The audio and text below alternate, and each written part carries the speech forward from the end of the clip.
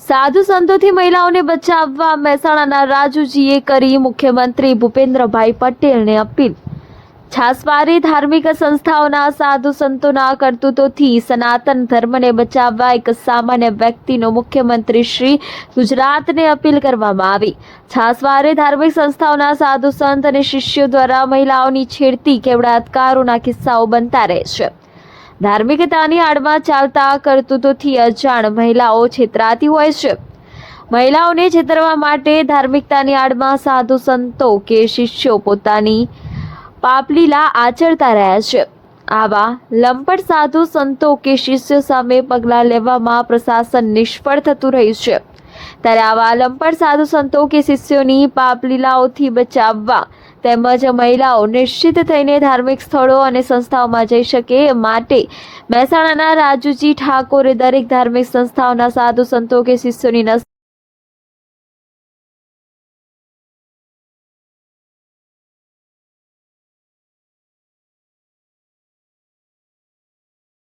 તમારું અને તમે મુખ્યમંત્રી કાર્યાલય સુધી શું સંદેશો પહોંચાડવા માંગો છો? નમસ્કાર સાહેબ, નમસ્કાર। ગુજરાત સરકારની હાલની જે સરકારના મુખ્યમંત્રી સાહેબ શ્રી ભૂપેન્દ્રભાઈ પટેલ સાહેબને હું એક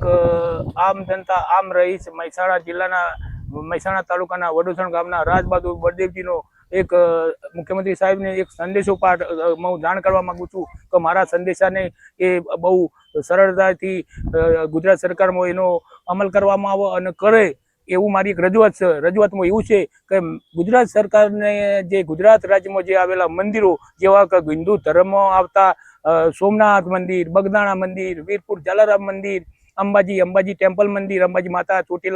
ચોટીલા ચામુંડા માતા મંદિર જેવા પાલોદર જોગણી માતાનું મંદિર, નજીક ઉમિયાધામ ઉમિયા માતાજીનું મંદિર, તેમજ ઉમિયાધામ અમદાવાદ ખાતે પણ આવા મંદિરો આવેલા છે। જેમાં તથા હાલ જે પરંપરાગત ઓલ કન્ટ્રી આઉટ કન્ટ્રીમાં પણ એક સ્વામિનારાયણ ધર્મ વિશે પણ એક હાલના જે સ્વામિનારાયણના જે સંત મહંતો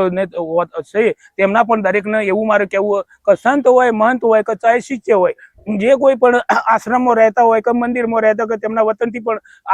આ નિભાવતા હોય, પણ દરેકને એક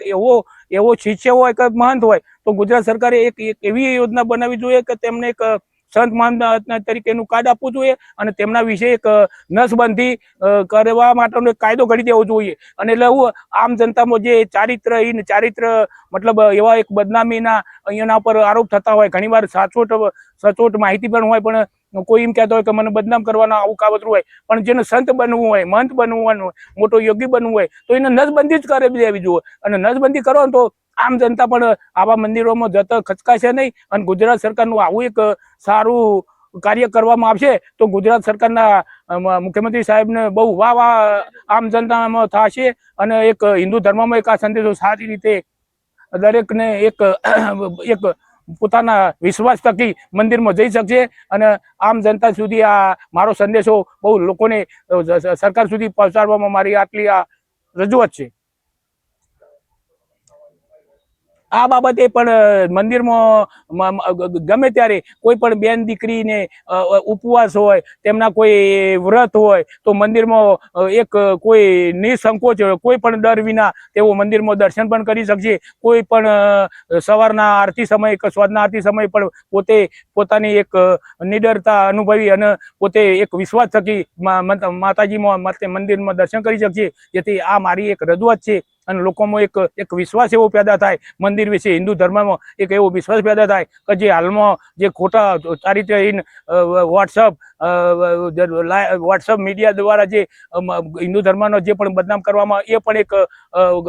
બદનામીના પ્લે નહીં મળે, મતલબ બદનામી નહીં મળે એવું મારો એક સંદેશ છે। તો મુખ્યમંત્રી સાહેબ શ્રીએ મારી આ રજૂઆત ધ્યાને લઈ તમે પણ આ મારા એક પ્રશ્નનો સચોટ જવાબ આપજો અને ગુજરાતના તમામ રહીશોને મારી આ પ્રશ્નથી વાકેફ કરું છું।